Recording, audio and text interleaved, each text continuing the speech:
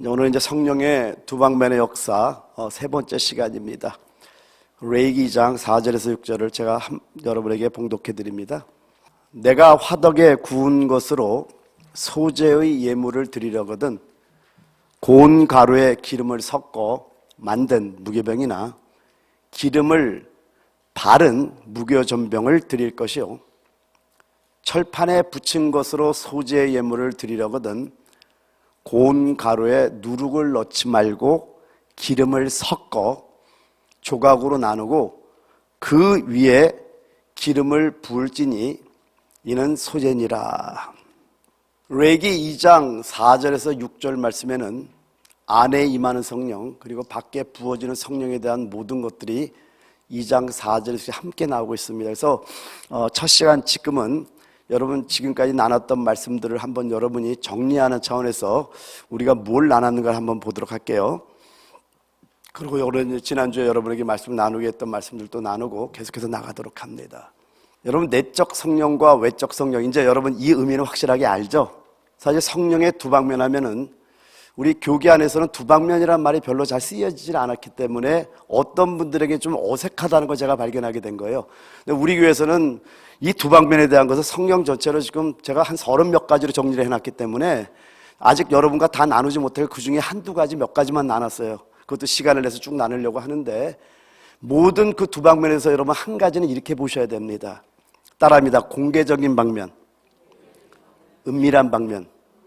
무슨 얘기냐면요, 공개적인 방면에 대해서는요, 예수를 처음 믿은 사람들도 성경을 읽으면 이해되는 그 면, 그걸 공개적인 면이라고 그래요.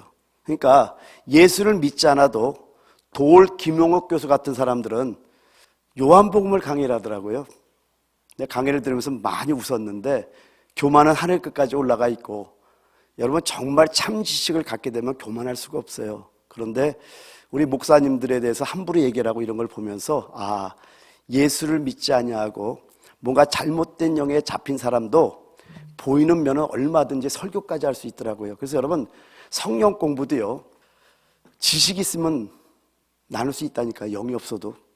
그러나 성령의 역사는 없죠. 그러니까 공개적인 면은 그런 면이라면은, 은밀한 면은 정말 여러분이 신부가 되기를 원하고 하나님의 거룩함으로 살기를 원하면서 주님의 뜻을 간절히 원하는 사람들에게만 계시의 주므로서 보여주는 그 면을 은밀한 면이라 그래요.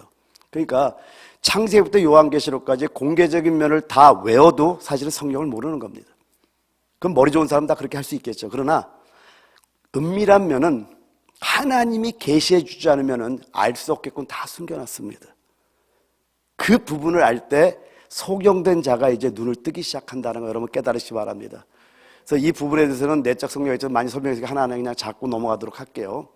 오늘 이제 레위기 2장 4절부터 6절까지 읽었던 말씀 속에서 내적 성령은 속에 섞은 기름이 내적 성령에 연결되는 것이고 관계되는 것이고, 겉에 바른 기름이 바로 외적 성령과 관계되는 겁니다. 내적 성령은 생명의 영과 관계되고, 외적 성령은 저 부어지는 성령 권능의 영과 관계돼요. 그래서 저 헬라어에서는 안에 임하는 성령을 영어로 인이라고 하는데 헬라어는 n이라는 단어를 쓰고요, 영어로는 아폰이란 전치사를 쓰지만은 헬라어에서 에피라는 전치사를 씁니다. 그래서 안에 부어지는 성령과 위에 부어지는 성령이 다르다는 걸 우리가 알아야 되는 거예요. 근데 이 내적 성령은 뭐와 관계되냐면 생명의 영과 관계돼요. 그러나 부어지는 성령은 능력, authority, 권능과 관계되는 겁니다. 그래서 내적 성령은 속사람과 관계되고요, 외적 성령은 겉사람에게 나타나는 역사입니다. 예를 들면 여러분 방언하잖아요. 오야 스캔데르게라바 카르게라바 다 알잖아요. 왜? 나타나기 때문에. 그러나 내 안에 변화되는 것은 비록 그리스도를 아는 지식의 한계가 이렇게 나타나긴 하겠지만은 사실은 준 자 받은 자 밖에는 모르는 거예요. 왜요? 안에 속사람과 하기 때문에. 그러니까 여러분에게 말씀을 드리는 거예요. 주님의 역사가 내 안에서 이루어지니까 참 부족하고 참 어눌한 종이 하나님의 사람을 조금씩 변화돼가는 게 이렇게 행복할 수가 없어요. 왜요? 속사람과 하기 때문에 그래요. 그리고 내적 성령은 자녀 삼는 영이라고 한다면은 외적 성령은 일꾼 삼는 영이에요. 우리가 예수를 영접하는 순간에 born again, 거듭난다 그러잖아요. 그러니까 하나님의 자녀로 태어나는 거예요.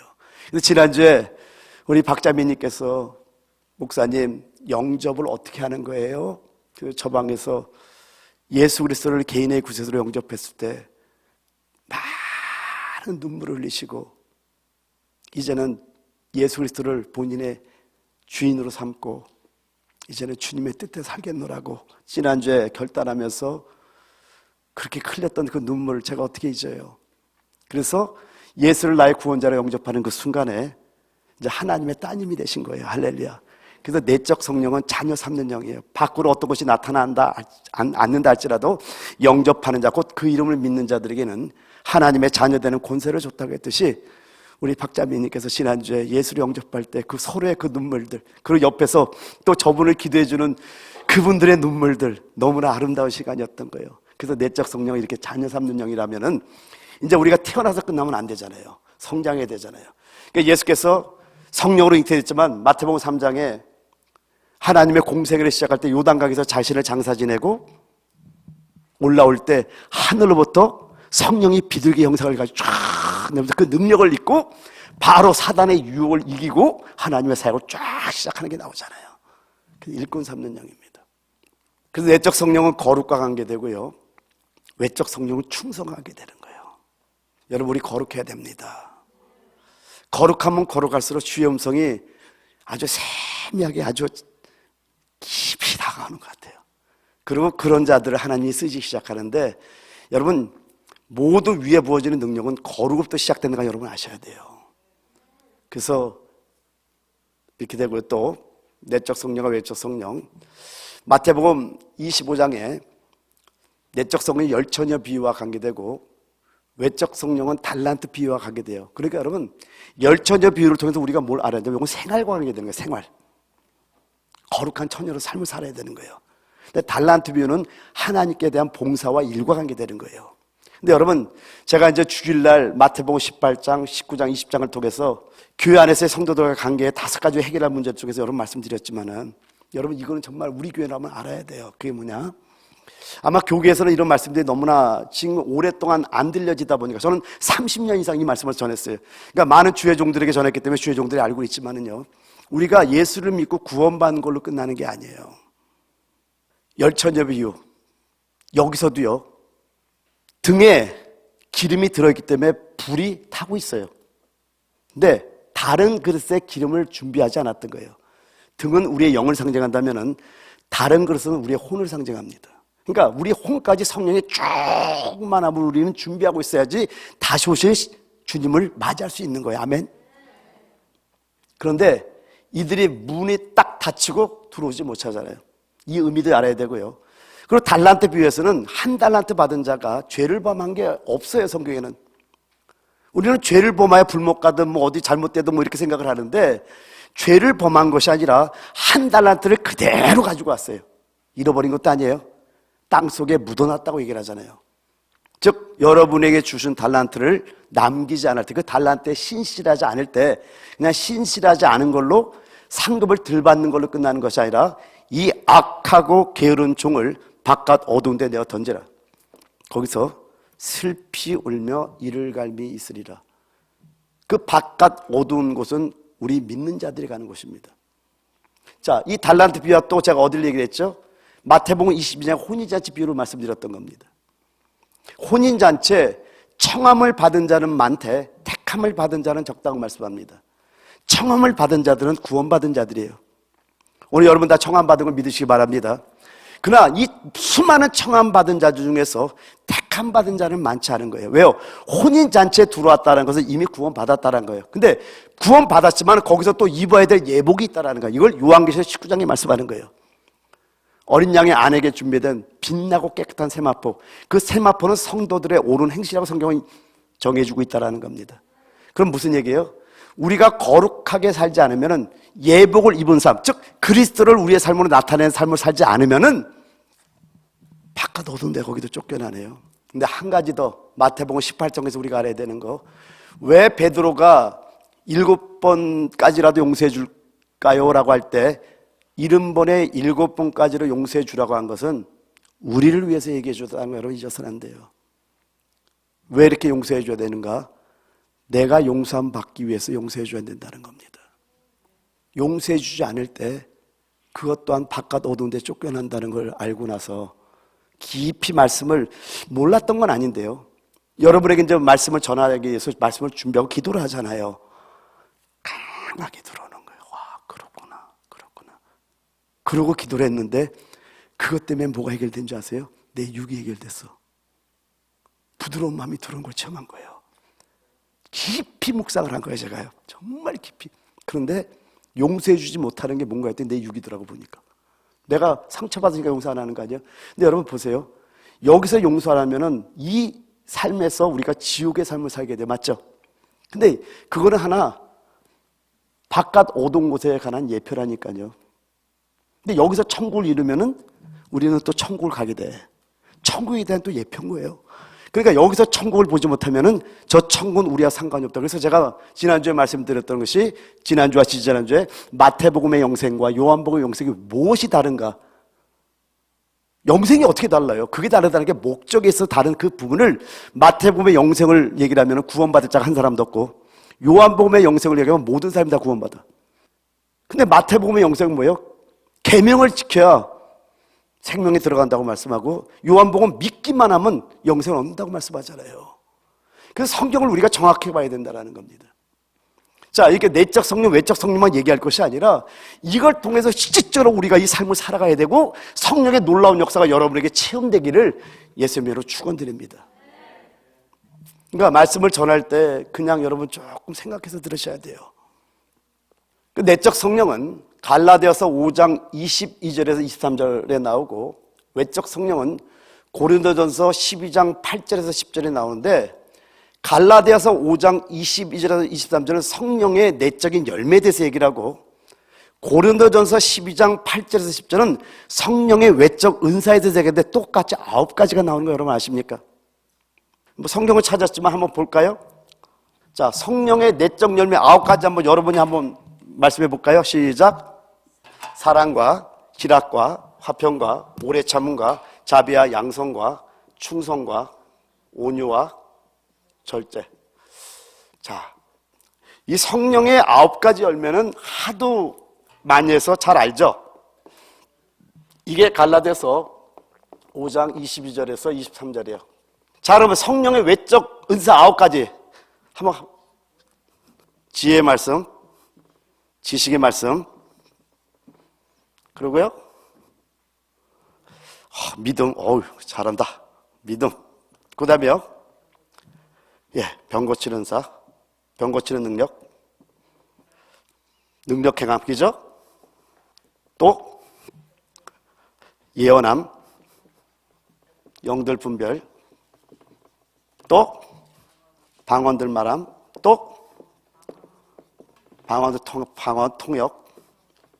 자, 하나, 둘, 셋, 넷, 다섯, 여섯, 일곱, 여덟, 아홉 맞죠? 성경을 찾았지만은 여러분 한번 다시 한번 그러면 성경을 한번 보도록 할게요. 자, 갈라디아서 5장 22, 23 여러분 큰 소리 한번 있습니다. 시작. 오직 성령의 열매는 사랑과 희락과 화평과 오래 참음과 자비와 양성과 충성과 온유와 절제니 이 같은 것을 금지할 법이 없느니라. 그러니까 여러분 이 속에 임하는 성령의 열매는 어떤 것도 금지할 법이 없는 거예요. 왜요? 나와 하나님만 알기 때문에. 사랑을 금지할 수 있어요? 희락을 금지할 수 있어요? 어떤 환경 속에서 나의 기쁨을 뺏어갈 수가 없는 거예요. 그런데 성령의 외적 9가지 열매 8절부터 10절 또 한번 읽어봐요. 시작. 어떤 사람에게는 성령으로 말미암아 지혜의 말씀을, 어떤 사람에게는 같은 성령을 따라 지식의 말씀을, 다른 사람에게는 같은 성령으로 믿음을, 어떤 사람에게는 한 성령으로 병 고치는 은사를, 어떤 사람에게는 능력 행함을, 어떤 사람에게는 예언함을, 어떤 사람에게는 영들 분별함을, 다른 사람에게는 각종 방언 말함을, 어떤 사람에게는 방언들 통역함을 주시나니.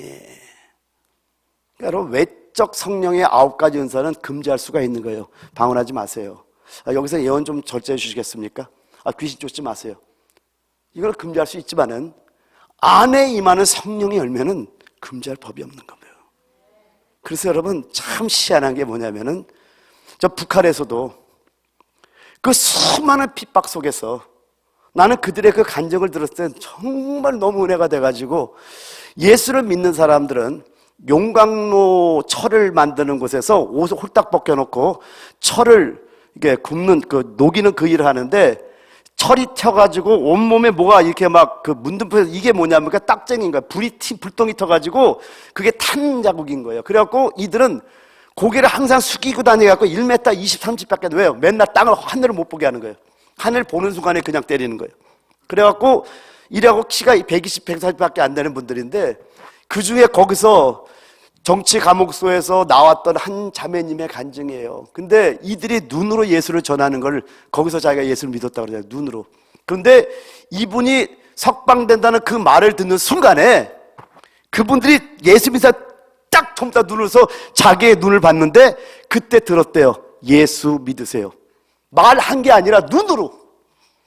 근데 여러분, 어떻게 그 예수 믿는 사람들을 처참하게 죽이냐면은, 예수를 부인하면은 풀어주겠다. 부인하지 않으니까 용광로물을 버버리는 거예요. 그러니까 오징어가 이렇게 또로로 말리듯이 그렇게 완전 적에서 그냥 죽는 모습을 그냥 사람들한테 보이면서 예수 믿는 사람 핍박하는 그런 현장 속에서도 그들이 예수를 부인하지 않았어요. 왜 그럴까요? 저 속에 임한 성령의 9가지 열매 때문에 그래요. 이거는 가진 자밖에는 몰라요. 여러분, 여러분에게 도전을 드립니다. 여러분은 이런 성령의 열매가 있습니까? 여러분에게 이런 열매가 있다면요, 어떤 두려움도 없어지는 놀라운 역사가 있다라는 거예요. 그러니까 우리가 조금은 생각해 봐야 되는 게 뭐냐면은, 우리는 너무나 편안한 가운데 신앙생활 하잖아요. 그래서 저도 이런 부분을 많이 생각해 본 거예요. 나에게는 고통도 없고 고난도 없고 아무것도 없어. 그래서 도시원도를 나가고 선교를 나가는 이유가 뭐냐? 어쨌든 내 몸을 주님을 위해서 불살르고 싶은데, 외적인 핍박이 없다면 우리가 스스로 주님을 위해서 뭔가를 해야 되잖아요. 그죠? 이 정도의 우리 헌신은 있어야지. 그래도 하나님이 조금이라도 기뻐할 것 같아서 게으르지 않으려고 하는 겁니다. 할렐루야. 이제 내적 성령, 외적 성령 10계명에 대해서 한번 볼게요. 10계명의 차원을 보는데요, 10계명의 1부터 4계명은 내적 성령과 연결되고 5부터 10계명은 외적 성령과 연결되는데, 여러분 성경을 한번 펴보세요. 간단하게 한번, 오늘은 그렇게 많은 깊은 내용은 하지 못하고 쭉쭉쭉쭉 그냥 영감 오는 대로 몇 가지만 말씀을 드릴게요. 출애굽기 20장을 한번 펴봐요. 1계명부터 4계명까지 그럼 뭘 말씀하는가 한번 보도록 합니다. 자, 먼저 첫 계명을 보게 되면은요, 하나님이 이 모든 말씀으로 말씀하여 이르시되, 나는 너를 애굽 땅 종되었던 집에서 인도해낸 내 하나님 여호와니라. 너는 나 외에는 다른 신들을 내게 두지 말라. 이게 첫 계명입니다. 나 외에 다른 신들을 두지 말라고 말씀합니다. 우리가 이제 성경을 통해서 좀 알아야 되는 게 뭐냐면요, 영원전에 하나님의 갈망이 뭐였냐면요, 하나님의 말씀이신 아들 독생자를 낳고 보니까 독초하는 게 보기가 좋지 않았어요. 그래서 하나님께서 이 만물을 창조하기 전에 아들의 배필을 하나님께서 생각해 놨던 겁니다. 그래서 그림자로서 창세기 2장에 보면은 아담을 창조하시고 아담의 갈비뼈로 하와를 건축했다는 단어입니다. 바나에서 그 하와를 아담의 아내로 주셨던 거예요. 근데 하와가 만들어진 걸 봤더니 아담의 갈비뼈로 만들어졌듯이, 여러분, 우리는 그리스도의 심걸 믿습니까? 여러분이 태어날 때, 응애하고 태어날 때 여러분은 여자아이로 태어났던 거예요. 근데 여자아이로 태어났지만은 결혼하려면 어떻게 되죠? 장성해야 됩니다. 그러니까 그리스도의 아내로 여러분이 태어났지만은 그리스도와 하나 되려면은 그리스도의 장성이 불량한데 충만한데 이르기까지 우리가 어떻게 돼요? 자라가야지 그분의 생각을 이해할 수 있고 그분과 한 몸을 이루셨기 때문에 우리를 태어나는 구성가부터 하나님께서는 생명의 말씀으로 자라가게 하고 있다는 여러분 깨달으시기 바랍니다. 그래서 여러분 1계명 나 외에 다른 신들을 두지 말라는 것은, 여러분 이걸 결혼의 측면에서 보지 않으면은요, 성경을 표피 껍데기로 밖에 볼 수 없는 것이 있다라는 겁니다. 그래서 이 부분은 결혼의 측면에서 말씀하면 나 외에 다른 남자를 두지 말라라는 거예요. 아멘. 예수 그리스도만이 여러분의 신랑인 걸 믿으시기 바랍니다. 여러분의 둘째 계명이 뭐죠? 여기 한번 또 보죠. 성경을. 4절. 너를 위하여 새긴 우상을 만들지 말고 또 위로 하늘에 있는 것이나 아래로 땅에 있는 것이나 땅 아래 물속에 있는 것에 어떤 형상도 만들지 말며 그것들에게 절하지 말며 그것들을 섬기지 말라.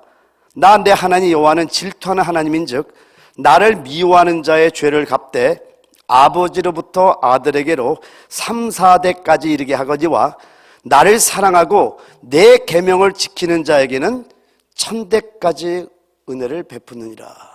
나 외 다른 형상을 가지지 말라고 말씀합니다. 형상. 여러분의 머리에 다른 형상을 두지 말라라는 겁니다. 자, 머리가 뱀이면 무슨 형상이죠? 뱀의 형상입니다. 머리가 개면은요? 개 형상입니다. 여러분, 머리가 무엇이냐가 얼마나 중요하냐면요, 우리 머리가 여러분 뱀의 형상이 되면은요, 이 말은 뭐냐면 우리가 뱀의 지배를 받게 된다라는 겁니다. 뱀의 소리를 듣는다는 거예요. 창세기 3장에 보니까 사단이 뱀의 몸으로 화신해 갖고 와가지고 하와를 유혹합니다. 그 뱀의 말을 들음으로 말미암아 하와가 뱀의 형상이 돼버린 거예요. 그래서 죄가 우리 안에 들어왔던 겁니다. 근데 우리의 머리를 말씀이신 예수 그리스도를 들면 누구의 지배를 받는 거예요? 말씀이신 예수의 지배를 받는 겁니다. 그래서 말씀의 지배를 받을 때 여러분 예수 그리스도의 형상으로 변화되는 거예요. 할렐루야. 그래서 여러분 참 신기한 게 뭐냐면은 말씀은 먹으면 먹을수록 믿음은 들음에서 나며 들음은 그리스도의 말씀으로 말미암았다고 로마서 10장 10절에 말씀하듯이 그 말씀은 로고스가 아닌 의문, 지식이 아닌 레마, 생명의 말씀으로 우리가 이제 듣기 시작하면은 뱀의 형상에서 우리가 그리스도의 형상으로 변해가는 거 우리가 보는 거예요. 그래서 영광에서 영광에 이르는 여러분의 그 변화되는 모습을 보면서 여러분이 여러분의 모습을 보고 놀라는 역사가 있는 겁니다. 그러니까 다른 형상을 만들지 말라는 건 여러분의 머리에 다른 형상을 두지 말라는 겁니다. 그래서 여러분 요한계시록 14장을 보게 되면은 처음 익은 열매 어린 양의 신부들이 나옵니다. 그들은 뭐라 그러냐면 어린 양이 어디로 인도하든지 따라가는 자라고 말씀합니다. 이게 바로 형상을 말씀으로 둔 자들의 모습이라고 여러분 깨달으시기 바랍니다. 할렐루야. 자, 세 번째 계명이 뭐죠? 내 이름을 망령되이 일컫지 말라고 말씀합니다. 근데 여러분 이름이란 단어가 히브리어로 쉔이란 단어예요. 쉔이란 이 단어는요 어떤 뜻이냐면 얼굴, 명성, 평판이라는 뜻이 있어요. 내 이름을 망령되이 일컫지 말라. 무슨 말 같아요 여러분? 이걸 잘 묵상해 보면은요 우리의 의가 다 발각됩니다. 여러분의 이름을 높이지 말라라는 거예요. 우리가 우리 자신을 높이고 우리의 이름을 드러내다 보면 주님의 얼굴, 명성, 평판이 낮아진다라는 거예요. 그래서 여러분 십계명을 보게 되면은요, 산상수를 보게 되면은요, 그 전체가 뭘 얘기하냐면 우리의 의가 왕이 될 것이냐, 예수가 왕이 될 것이냐, 이거에 대한 것 대립에 대해서 쫙 말씀합니다. 그래서 여러분 왕이신 예수의 통치를 받게 되면은요, 어떤 역사가 일어나자면은 우리에게 왕적인 권위가 나타나는 거예요. 그 예수, 왕이신 우리 예수 그리스도는 겸손의 왕이라. 그 예수 그리스도는 섬김의 왕이라. 그래서 그분의 통치가 이루어지면은 자연스럽게 겸손해져요. 이게 진짜 지식인 거예요. 참 신비해지는 거예요. 그러니까 그럴 때 주님의 이름을 망령되이 일컫지 않는 자가 되는 거예요. 그래서 자꾸 여러분의 이름을 내고 여러분의 의가 나타날 때 그 자체가 예수의 이름을 망령되이 일컫는다는 거 여러분 깨달으시기 바랍니다. 할렐루야. 네 번째는 뭐죠? 안식일을 거룩히지키라. 마태복음 12장에 예수는 안식일의 주인이라고 말씀합니다. 그럼 무슨 얘기예요? 내 안에서 안식하라는 거예요. 여러분 여기서 우리가 한 가지 알아야 되는 게 뭐냐면은 주님께서 자꾸만 주님 안으로 들어오라 그러잖아요. 그리스도 예수 안에 있는 자에게는 결코 종잡이 없나니 이는 그리스도 예수 안에 있는 생명의 성령의 법이 죄와 사망의 법에서 너를 해방한다고 했듯이 신기한 게 뭐냐면은 여러분 예수 안에서 겪는 모든 것들이 엄청난 환난이나 어려움이 많이 있겠죠. 그런데 신기하죠. 그 예수 안에서 진정한 안식이 있어요. 이 안식 때문에 수많은 이 세상의 환난을 다 겪으면서 믿음의 일을 갔던 분들이 전부 다 12 제자들이고 주님의 제자들이었던 거예요. 고린도후서는 사도 바울의 자서전이자 사도 바울의 간증책이 고린도후서입니다. 근데 살수만까지 끊어지고 사형 선고를 받은 그런 길을 가는데 40에 하나 감화매를 5번 맞고 3번 태장으로 맞고 강해염, 강대염, 이방인이면 동족의염, 도시염 수많은 위험을 당하면서 돌에 맞아갖고 죽었다고 버렸더니 또 깨어서 사는데 또 전달을 가고, 이런 사도 바울이 빌립보서 로마 감옥에 있던 빌립보서를 볼 때 기뻐하라, 내가 다시 말하는 기뻐하라, 이 말하고 있다는, 이 말은 뭐냐면은 주님 안에서 안식을 누린 자의 모습을 그대로 보여주고 있다는 거예요. 여러분, 우리가 주님 안에서 주님과 함께 안식을 누린 자의 삶은 편안한 삶이 아니에요. 편안과 평안을 여러분 반드시 구분하셔야 됩니다. 사단이 주는 건 편안함이에요. 사단이 주는 건 이 세상의 누림이에요. 맞아요. 그 평안은 에이레네, 샬롬, 이 평안은 하늘에서 하나님이 내려줄 때, 어디서 이것이 오냐? 예배 성공에서 오는 거예요. 말씀을 생명으로 누릴 때 하늘의 평강이 내리는데, 이 평강이 어떤 길을 가든, 왜냐면 이 세상은 사단의 감옥이란 말이에요. 이 세상의 임금이 누구예요? 마귀라니까요. 이 세상 임금, 공중 권세 잡은 자, 그의 통찰에서 우리는 나가려란 말이에요. 우리의 본향은 저 하늘에 있다는 걸 여러분 깨달으시기 바랍니다. 그래서 그 길을 가는데 안식일을 거르키지라, 껍데기로 말하는 것이 아니라, 이거 얘기하려면 제가 따로 한 2시간 설교를 했잖아요. 이 안식에 대한 걸. 요한복음 5장에 보면은요, 예수께서 이런 말이에요. 아버지께서 오늘 일하시니 나도 일한다. My father is always at his work to this very day. 오늘 이날 안식일날 일한다고 예수께서 말씀해요. 아니요, 여러분, 아버지가 안식일날 일한다고 들어보셨어요? 예, 요한복음 5장에 주님이 말씀합니다. 우리는 진정한 안식의 의미를 알아야 되는 거예요. 근데 지금 교인들도 안식일 날짜를 지켜요. 주일날 오늘 예배 잘 마쳤다. 안식일이랑 뭐가 달라요? 지금 시대는요, 일주일 전체가 주일이에요. 365일이 주님의 날이에요. 단자나 우리가 주일날 한 주에 한 번씩 모이는 것은 저 주중에 주님을 누리고 주님을 체험하고 주님이 그 공급해 주신 놀라운 간증을 가지고 떡대러 오는 거예요. 주일날 와가지고 나 이 예수 만났는데 너무 상황으로는 너무 힘들고 내가 좌절이 되는데 그때 성령께서 기름 부으셔서 난 너무 좋았다. 생명이 떡 되는 거예요. 그래서 나는 이런 체험이 있었어. 서로가 그냥 그 예수를 막 만난 기쁨을 가지고 진절하는 거예요. 전람하는 거예요. 그래서 주일날 예배는 축제가 돼야 되는 거예요. 그런데 우리는 주일날 안 오면 지옥 가는 줄 알고, 오늘 예배 지켰다, 그때 하나님께 맞지는 않겠다, 그러고 가잖아요. 아닌가요? 그런 분들이 꽤 많아요. 알고 보면은요. 그거는 아직 안식일의 개념, 구약의 율법 개념을 벗어나지 못한 거예요. 신약은 모든 날이 주님의 날이에요. 아멘. 그러니까 안식일을 거룩히 지키라는 건 뭐냐면, 얘들아, 너희는 내 품 안에서만 안식할 수 있어. 휴식이 아니라 안식할 수 있어. 그런 안식하는 여러분들에게서 축원드립니다. 자, 그래서 1부터 4계명은 어떤 계명이냐? 주님과 결혼하는 계명이에요. 주님과 하나, 주님이 내 안에, 내가 주 안에 들어가는 계명입니다. 자, 이렇게 주님과 하나 된 자들이 5계명부터 10계명까지 이제 주님과 결혼한 자들이 주님의 아내로서 뭘 해죠? 돕는 배필의 사명을 감당하는 것이 5에서 10계명이 되는 겁니다. 5계명부터 뭐가 나오죠? 부모를 공경하라, 살인하지 말라, 간음하지 말라, 도둑질하지 말라, 쭉 나오죠, 여기요? 한번 읽어볼까요? 알지만은. 자, 출애굽기 20장. 자, 여기 그 12절부터요. 17절까지 같이 한번 읽어봐요. 시작. 내 부모를 공경하라. 그리하면 내 하나님 여호와가 내게 준 땅에서 내 생명이 길리라. 살해하지 말라. 간음하지 말라. 도둑질하지 말라. 네 이웃에 대하여 거짓 증거하지 말라. 내 이웃의 집을 탐내지 말라. 내 이웃의 아내나 그의 남정이나 그의 여종이나 그의 소나 그의 낙이나 무릇 내 이웃의 소유를 탐내지 말라. 그래서 1부터 400계명은 하나님과 하나 되는 계명이고요. 5부터 10계명은 이웃과 하나 되는 계명. 결혼의 측면에서는 1부터 4계명은 결혼되어지는 계명이고, 5부터 10계명은 돕는 베풀로서의 주님의 사역을 감당하는 계명이 된다고 보면 됩니다. 여러분 보세요. 우리가 어떻게 이웃을 사랑할 수 있어요? 어떻게 간음하지 않을 수 있어요? 어떻게 살인하지 않을 수 있어요? 여러분, 십계명은 하나님 외에는 지킬 수 없는 법이 십계명입니다. 그래서 주님과 하나 될 때 이것이 이루어지지 우리 스스로 이루어지는 게 아니에요. 저도 신앙이 어릴 때는 그렇게 배웠기 때문에 진짜 신앙이 열 때 율법적인 설교를 좀 했던 것 같아요. 자, 이렇게 쭉 돌아보니까.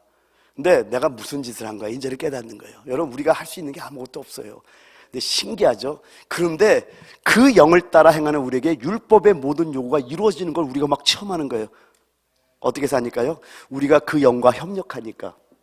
우리가 이루는 것이 아니라 우리가 그리스도 안에 거하니까 그분이 이루시는 걸 우리가 본다라는 겁니다.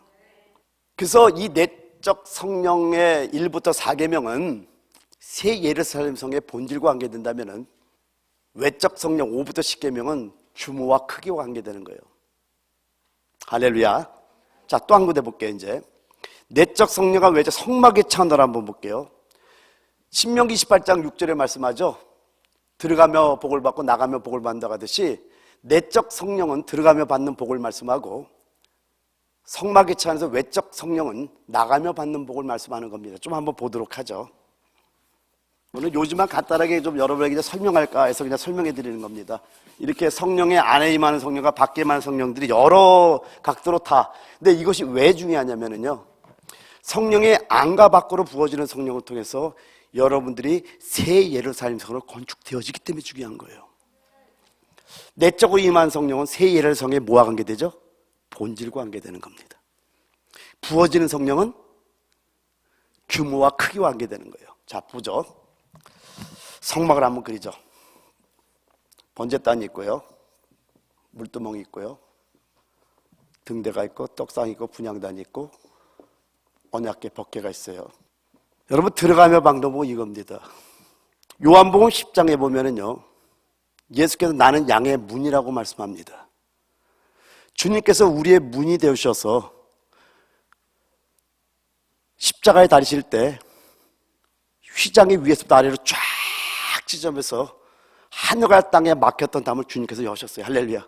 그럼 우리 문이 돼서 우리가 그 문, 예수 그리스도를 내 개인의 구세주로 영접하는 그 순간에 우리는 이 문으로 들어오게 된 겁니다. 들어오면서 제일 먼저 보이는 게 뭐냐면 번제단이에요.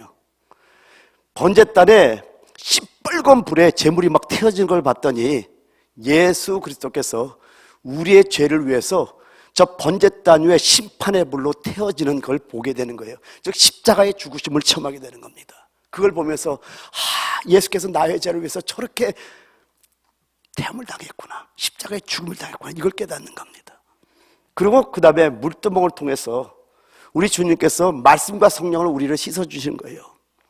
성소에 들어가려면 수족을 씻지 않고 들어갈 수가 없는 거예요. 그러니까는 우리를 좀 더 깊은 곳으로 인도하기 위해서 주님께서 우리를 더러움을 다 죄를 해결해주고 더러움을 씻어주시고 그리고 이제 성소로 들어가는 겁니다. 성소로 들어갔더니 남쪽에 7금 등잔이 있습니다. 거기서 불이 확 타오르는 거예요. 그걸 보면서 요한복음 9장 5절에 말씀하기를 나는 세상의 빛이라. 그 빛을 보고 빛을 먹었더니 너희는 세상의 빛이라 라고 말씀합니다. 마태복음 5장 14절부터 16절에 말씀하기를 빛을 먹은 자들을 너희는 세상의 빛이라 라고 말씀하고 있다는 겁니다. 그리고 또 너희는 세상의 소금이라고 말씀하는데 우리 성경을 한번 좀 찾아볼게요. 레위기 2장 13절을 봐봐. 레위기 2장 13절 세 군데만 찾아볼게요. 자, 레위기 2장 13절 같이 한번 읽어봐요. 시작. 내 모든 소재물에 소금을 치라. 내 하나님의 언약의 소금을 내 소재에 빼지 말지니 내 모든 예물에 소금을 드릴지니라. 아멘. 그리고 민수기서 18장 19절 한번 봅니다. 민수기서, 레위기 다음에 있는 민수기서 18장 19절입니다. 민수기서 18장 19절 다 찾았어요? 거기 한번 또 읽어볼게요. 시작. 이스라엘 자손이 여호와께 거제로 드리는 모든 성물은 내가 영구한 몫의 음식으로 너와 내 자녀에게 주노니 이는 여호와 앞에 너와 내 후손에게 영원한 소금 언약이니라. 한 군데만 더 역대하 13장 5절. 자, 같이 한번 읽어봐요. 시작. 구약 672페이지 역대하 13장 5절 시작. 이스라엘 하나님 여호와께서 소금 언약으로 이스라엘 나라를 영원히 다윗과 그의 자손에게 주신 것을 너희가 알 것이 아니냐. 여러분, 소금이 언약이 뭔지 아시겠어요? 그래서 소금 언약이라고 성경을 말씀하는 거예요. 빛을 먹었다라는 것은 소금을 먹었다는 뜻이요, 언약을 먹었다는 뜻이요, 말씀을 먹었다는 뜻입니다. 여러분, 성수에 더 깊이 들어갔더니 등잔을 통해서 빛을 보며 하나님의 언약의 말씀을 그냥 먹어버린 역사가 있다는 거예요. 그래서 여러분, 빛을 먹으니까 여러분이 빛이 돼서 눈이 확 열리는 역사가 있는데, 그 눈이 열리고 보니까 빛이 환하게 비치는데 뭘 비춰요? 반대편에 진설병, 떡상을 비추고 있다는 거예요. 여러분, 성령에 쭉 많은 여러분 영의 눈이 열리면은요, 말씀이 보이기 시작합니다. 깨달아기 시작하는 거예요. 똑같은 말씀인데 약간 빛이 어두울 때 보이는 그 떡과 빛이 쭉 많을 때 보이는 그 떡이 달라. 근데 여러분, 그걸 아세요? 이 언약을 왜 먹어야 되는가? 요한복음 6장 35절, 요한복음 6장 48절, 요한복음 6장 51절에 이 떡을 나는 생명의 떡이니 나는 하늘에서 내려온 떡이라고 주님이 떡이라고 말씀하고 있다는 거예요. 근데 여러분, 주님의 떡을 왜 먹어야 되냐면은 이 말씀이 바로 등대의 기름의 재료예요.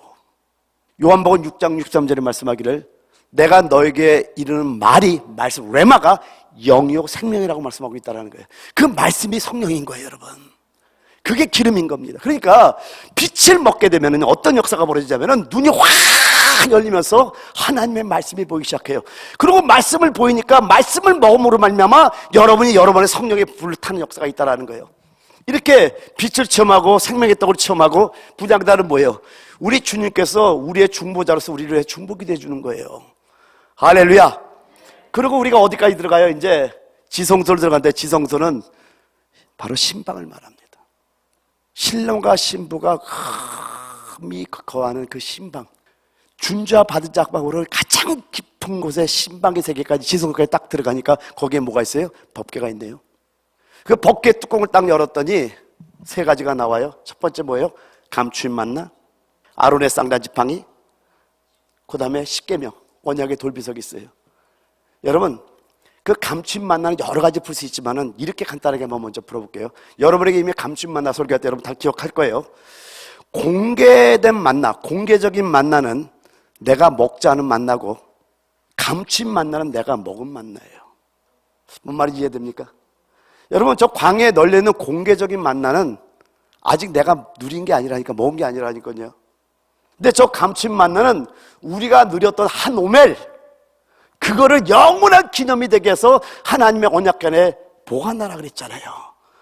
그러니까 우리 주님을 가장 깊은 곳에서 그냥 깊은 말씀을 체험하고, 아론의 쌍난 지팡이를 통해서 주님의 부활의 생명을 체험하고, 그리고 언약의 돌판을 통해서 그 십계명 언약의 돌판은 바로 사랑을 말하는 거예요.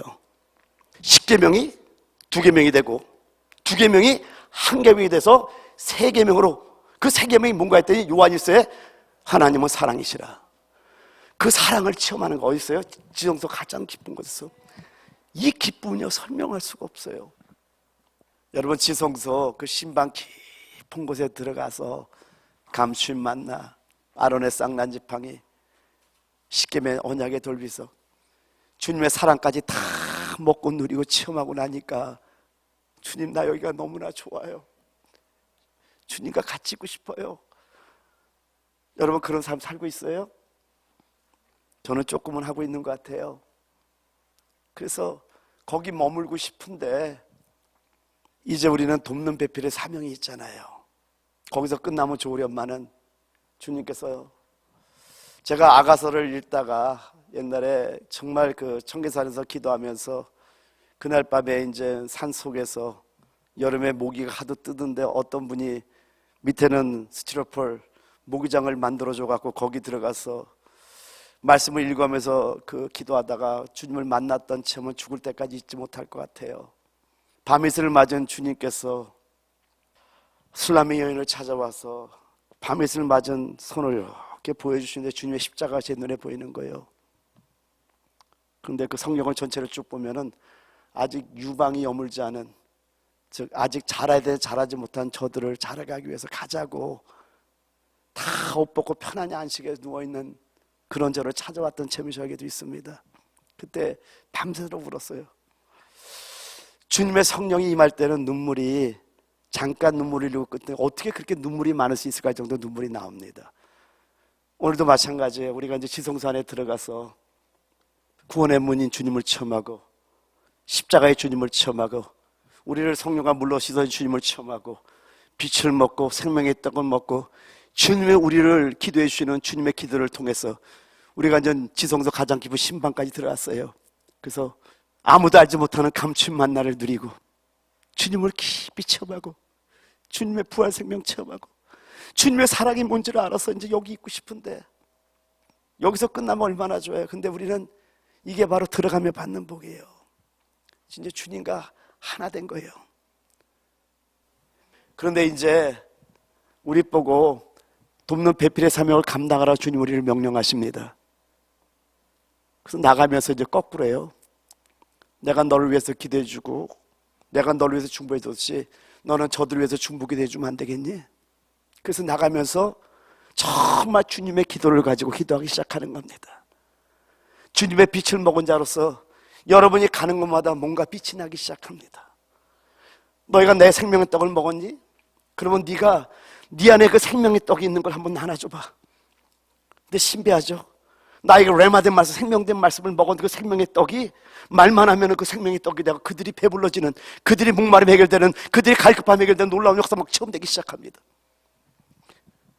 그리고 성전들로 나왔더니 내가 너를 위해서 씻어준 것처럼 서로를 씻어주라고 하는 게 바로 요한복음 13장입니다. 내가 너의 발을 씻어준 것처럼 서로의 발을 씻어주라고 말씀합니다. 그가 우리를 위하여 목숨을 버리셨으니 우리가 이로써 살아 알고 우리도 형제들을 위하여 목숨을 버리는 것이 마땅하시다. 그래서 번제단에 주님의 죽음을 체험한 자는 형제를 위해서 죽을 수 있는 그런 놀라운 능력이 우리 안에 배 있는 자들이에요. 그리고 내가 너희의 구원의 문이 되었듯이 너희도 저들의 구원의 문이 되어주라는 것이 성막을 통해서 본 내적 성령과 외적 성령을 이렇게 볼 수 있는 겁니다. 그래서 들어가면서 받는 복은 주님과 하나 되는 거예요. 주가 내 안에 내가 주 안에 우리가 하나 되는 복이에요. 이게 바로 안에 임하는 성령과 관계된다면 그 안에 우리가 자녀되고 주님의 생명을 받고 우리가 거룩해졌다면 그 생명과 사랑과 그 모든 걸 가지고 나가는 거예요. 그래서 이제 우리 이웃들을 위해서 저 죽어가는 영혼들을 위해서 우리가 이 사명을 감당하는 것이 외적인 성령의 열매인 거예요. 할렐루야. 근데 조금 하나를 더 봐야 될 게 뭐냐면요, 이제 우리 엘림에 대해서 한번 보죠. 내적 성령과 외적 성령을 통해서 우리가 엘림 하는데, 여러분 엘림이란 단어는 큰 나무란 뜻입니다. 에르라는 단어에서 왔는데 수양, 힘, 강함 뭐 이런 뜻에서 왔어요. 저 단어. 근데 여기 보세요. 그 이스라엘 백성들이 출애굽해가지고 바로의 군대가 다 홍해에 이제 멸절당하고 모세의 노래, 미리암의 노래가 쫙 펼쳐지고 나서 수르강을 지나고 어디에 도착하죠? 마라에 도착합니다. 근데 마라에 3일 길을 도착했는데 거기서 물이 써가지고 이들이 또 불평할 때 저 한 나무를 지어서 나무를 집어넣었더니 쓴물이 단물되는 그 십자가 역사를 그러고 나서 만난 곳이 출애굽기 15장 17절에 엘림입니다. 같이 한번 읽어볼까요? 시작. 그들이 엘림에 이르니 거기에 물샘 12과 종려나무 70그루가 있는지라 거기서 그들이 그 물 곁에 장막을 치니라 이렇게 나와 있어요. 여러분 12샘은 내적 성령과 연결되고 70 종려나무는 외적 성령과 관계가 됩니다. 12샘 하면 생각나는 게 있죠. 구약의 12지파 그리고 신약의 12사도, 이들은 생수를 흘러내는 사역을 하는 자들을 말씀합니다. 그리고 구약에 보면 70인 장로가 나오고 신약에 보면 70 제자가 나옵니다. 우리 출애굽기 24장 1절과 9절을 보게 되면은 또 모세에게 이르시되 너는 아론과 나답과 아비후와 이스라엘 장로 70명과 함께 여호와께로 올라와 멀리서 경배하고 이렇게 말씀하고요. 9절에도 말씀하기를 모세와 아론과 나답과 아비와 이스라엘 장로 70인이 올라가서, 또 구약에서는 70종류는 70장로와 연결되는 거고요. 신약에 왔어요. 누가복음 10장 1절과 17절에 보면은요, 먼저 1절, 그 후에 주께서 따로 70인을 세우사 친히 가시려는 각 동네와 각 지역으로 둘씩 앞서 보내시며, 그리고 17절, 70인이 기뻐하며 돌아와 이르되 주여 주의 이름이면 귀신들도 우리에게 항복하더이다. 그래서 여러분, 이 12셈은 뭐와 연결되면 새 예루살렘의 본질과 연결되는 거예요. 그리고 70종려나무는 새 예루살렘 성의 크기와 규모와 연결되는 겁니다. 이렇게 모든 것들이 성경이 연결되어 있어요. 그래서 오늘 요거는 이제 조금 여러분에게 설명을 했고요. 간단하게 설명을 했습니다. 오늘 이제 우리가 나갈 것이 또 이제 성령의 두 방면의 기능에 대해서 말씀을 하는데, 오늘 시간이 많은 관계로 한 가지만 여러분 하고 다음 시간에 또 연결해서 쭉 하도록 할게요. 먼저 이제 성령의 두 방면의 기능에 대해서 보면은, 안에 임하는 성령, 그 내적인 면을 보게 되면은 이거를 다른 말로 하면 내주하는 영, 본질적인 영이라고 말할 수 있습니다. 관련 성경은 요한복음 14장 17절, 요한복음 14장 26절, 그리고 요한복음 15장 26절, 요한복음 16장 7절 8절인데, 먼저 요한복음 14장 17절, 그는 진리영이라 세상은 능히 그를 받지 못하나니 이는 그를 보지도 못하고 알지도 못함이라. 그러나 너희는 그를 아나니 그는 너희와 함께 거하시며 또 너희 속에 계시겠습니다. 그리고 요한복음 14장 20절, 여러분도 한번 같이 한번 읽어봐요. 시작. 보혜사 곧 아버지께서 내 이름으로 보내실 성령, 그가 너희에게 모든 것을 가르치고 내가 너희에게 말한 모든 것을 생각나게 하리라. 아멘. 또 요한복음 15장 26절 시작. 내가 아버지께로부터 너희에게 보낼 보혜사 곧 아버지께로부터 나오시는 진리의 성령이 오실 때 그가 나를 증언하실 것이요. 그리고 요한복음 16장 7절 8절 시작. 그러나 내가 너에게 실상을 말하노니 내가 떠나가는 것이 너에게 유익이라. 내가 떠나가지 아니하면 보혜사가 너희에게로 오시지 아니할 것이요 가면 내가 그를 너희에게로 보내리니. 관련 성경 몇 구절을 봤고요. 이제 성령의 두 방면의 기능, 안에 임하는 성령 기능에 대해서 한번 봅니다. 안에 임하는 성령의 기능은 우리를 거듭나게 하는 겁니다. 요한복음 3장 3절을 같이 한번 또 읽어봐요. 시작. 예수께서 대답하여 이르시되 진실로 진실로 내게 이르노니 사람이 거듭나지 아니하면 하나님의 나라를 들어갈 수 없느니라. 본어게인, 거듭나야 들어간다고 말씀합니다. 또 요한복음 1장 12절 13절 시작. 영접하는 자 곧 그 이름을 믿는 자들에게는 하나님의 자녀가 되는 권세를 주셨으니 이는 혈통으로나 육정으로나 사람의 뜻으로 나지 아니하고 오직 하나님께로부터 난 자들이니라. 아멘. 여러분, 거듭난다라는 게 뭡니까? 거듭난다라는 것은요, 우리의 존재가 완전히 바뀌는 겁니다. 할렐루야. 우리의 존재가 바뀌는 거예요. 어떻게 바뀌냐면요, 먼저는요, 몇 가지만 볼게요. 이제 거듭남에 대해서 보는 거예요. 사망에서 생명으로 바뀌는 겁니다. 놀라운 거예요, 이거는요. 우리 요한복음 5장 24절에 말씀합니다. 내가 진실로 진실로 너에게 이르노니 내 말을 듣고 또 나 보내신 이를 믿는 자는 영생을 얻었고 심판에 이르지 아니하나니 이미 사망에서 생명으로 옮겼느니라. 이게 거듭남이에요. 그러니까 우리 박재민님이 지난 주일에 예수를 영접했을 때 지금까지 삶은 사망의 삶이었는데 이제 생명으로 와요. 옮기고 깨달으시기 바랍니다. 할렐루야. 축복인 거예요. 아멘. 근데 여러분, 이렇게 사망으로 옮겼는데 고린도서 1장 10절에 뭐라고 말씀합니까? 그가 이같이 큰 사망에서 우리를 건지셨고 또 건지실 것이며 이후에도 건지시기를 그에게 바라노라. 이제 여러분, 사망에서 생명으로 옮기면은 사단이 사망 같은 환경을 또 막 놓을 거예요. 왜요? 환장하는 거예요. 얘가 볼 때는. 왜?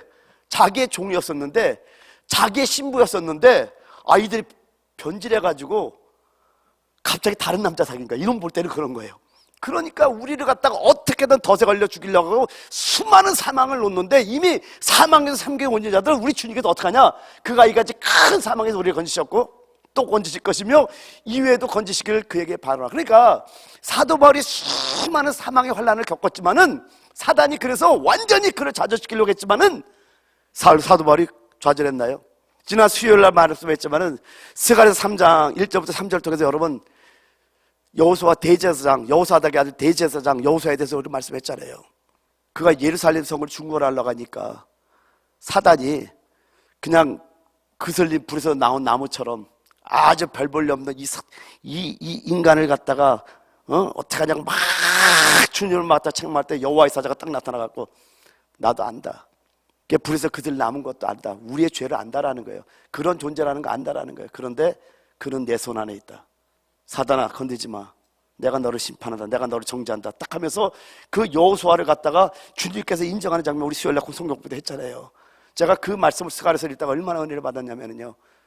내가 그런 존재니까 불에 그슬린 나무처럼 별 볼일 없는 이 죄덩어리 나를 갖다가 주님께서 나를 붙잡아 주시고 인정해 주시고 사단아 정죄하지 마. 나 걔 그런 거 알아. 대제사장 여호수아가 그런 거 알아. 근데 그는 내 손 안에 있어. 너는 건질 수가 없어. 여러분이 그런 자들이에요. 그러니까 사단이 우리를 어떻게 하든 참새서 죽이려고 하지만은 주님께서 그럴 때마다 여러분 염려하지 마세요. 큰 사망에서 이미 건지신다니까요. 또 건지고 또 건질 거예요. 그러니까 정말 여러분 우리가 하나님의 손 안에 붙잡힌 자들은요 사단이 죽이려고 난리 쳐도 안 되는 거예요. 그러니까 왜 그러냐? 이미 우리는 사망에서 생명을 옮긴 자들이기 때문에 그렇다는 거예요. 할렐루야. 그리고 요한일서 3장 14절에 또 이렇게 말씀합니다. 더 연결해서 우리는 형제를 사랑함으로 사망에서 옮겨 생명으로 들어간 줄 알거니와 사랑하지 아니하는 자는 사망에 머물러 있느니라. 이제는 완전히 사망이 만질 수 없는 단계가 어떤 단계냐? 형제를 사랑하는 단계예요. 우리는 처음에 사망의 생명을 옮긴 자들이에요. 그런 자들에게 사단은 어떻게 하든 사망이 더 들어와. 근데 그 큰 사망에 건지셨고 지금도 건지시고 앞으로도 건질 거라는 사도 바울의 고백을 통해. 근데 이제 정말로 사망이 역사하지 못하는 게 뭐냐? 형제 사랑하는 거예요. 그래서 제가 이런 부분을 계속해서 평생을 물으며 왔는데 사랑하지 못하는 이유가 뭔가 봤더니 육이더라고요. 간단해요. 육이 살아있어서 그래. 내가 십자가에 못 박혔으면 아파요? 여러분 아파요 지금? 여러분 십자가에 내려온 거예요. 그런데 이게 우리는 안 되는 거 염려하지 마세요. 근데 주님이 조금씩 깨닫게 하면서 정말 십자가만이 우리의 승리 장소인 걸 알고 그 십자가에 딱 올라가니까 내가 죽으니까 희한하죠. 눈을 바꿔주세요. 너무 사랑스러운 거예요 다. 이게 신기하죠. 아니 나를 공격하는 사람까지도 미워하지가 않는 거예요. 이건 누굴까요? 그분의 사랑이에요. 아까 얘기했죠. 지성소 신방에서 주님의 사랑을 딱 먹고 10계명이 2계명, 2계명이 1개, 그게 3계명인데 그 3계명은 사랑이라. 그래서 이 언약의 돌파는 종합사랑을 말하는 거예요. 아멘. 이 사랑을 먹고 딱 나오니까 내 눈에 그 사랑으로 덧입혀 나온 게 전부 다 뭘로 보여요? 사랑으로 보이는 거야 다. 왜? 그 사랑이 나를 덮어버렸거든. 여러분 이해가 됐죠? 그래서 사랑하면 사랑할수록 사망에서 옮겨 생명으로 더 들어가게 되네. 이 말은 뭐냐면 그 생명을 더 체험하게 된다라는 겁니다. 그리고 여러분 거듭났다라는 건 뭐냐면 흑암의 나라에서 빛의 나라에 옮겨진 거라니까요. 여러분 우리는 흑암의 나라에 있던 자들이에요. 근데 마태복음 4장 16절에 말씀합니다. 흑암에 앉은 백성이 큰 빛을 보았고 사망의 땅과 그늘에 앉은 자들에게 빛이 비치었도다 하였느니라. 아멘. 여러분 우리는 빛의 나라에 있는 자들이에요. 원래 흑암에 앉아있던 우리를 사망에서 생명 옮기는 순간, 거듭나는 순간에 이제는 우리는 흑암의 나라에서 빛의 나라로 옮겨진 자라는 겁니다. 또 골로새 1장 13절에도 말씀하기를 그가 우리를 흑암의 권세에서 건져내서 그의 사랑의 아들의 나라로 옮기셨으니. 여러분 우리의 영역은 흑암의 영역이 아니에요. 아들의 나라 안에 있는 거예요. 할렐루야. 또한 영원한 불못에서 영원한 하늘로 옮겨진 자들이에요. 이게 거듭난 자들이에요. 여러분 우리는 이미 하늘에 앉힌 자들인 걸 깨달으시기 바랍니다. 그리고 요한계시록 20장 15절에도 말씀하기를 누구든지 생명책에 기록되지 못한 자는 불못에 던져지더라. 그러니까 생명책에 기록되지 못한 어떤 누구도 다 불못에 던져지는데 우리는 그 영원한 불못에 들어갈 자가 아니라 이제는 가고 싶어도 못 가요. 왜요? 불못에서 건진받은 자들이기 때문에. 그래서 우리가 거듭나는 그 순간에 영원한 불못에서 영원한 하늘나라로 옮겨진 자라가 여러분 깨달으시기 바랍니다. 또한 지옥 백성에서 하늘 백성으로 변화된 자들이고요, 사단의 신부에서 주님의 신부로 옮겨진 자들이에요. 여러분 그러니까 사단의 종될 때는 우리 머리가 사단이었던 거예요. 그러니까 형상을 만들지 말라는 건 머리에 다른 형상을 두지 말라라는 거예요. 그래서 지금까지 사단이 지시하는 대로, 뱀이 지시하는 대로 그냥 그의 말에 순종했던 우리가 이 머리를 딱 잘라갖고 제껴머리 여기다 뭘? 말씀이라는 예수 그리스도 머리를 딱 달아놓으니까 지시가 뭐가 와요? 말씀이 오잖아요. 그러니까 점점 그분의 말씀을 들으니까 그분의 신부로서 우리가 자라가더라. 그리고 우리는요, 어둠의 존재에서 빛의 존재로 아예 바뀐 자들이라는 거예요. 그래서 에베소 5장 8절 한번 같이 한번 읽어볼까요? 시작. 너희가 전에는 어둠이더니 이제는 주 안에서 빛이라. 빛의 자녀들처럼 행해라. 그래서 우리가 빛의 자녀들처럼 행해야 되는 거예요. 왜요?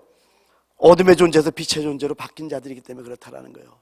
데살로니가전서 5장 5절에서 8절을 보게 되면요, 너희는 다 빛의 아들이요 낮의 아들이라.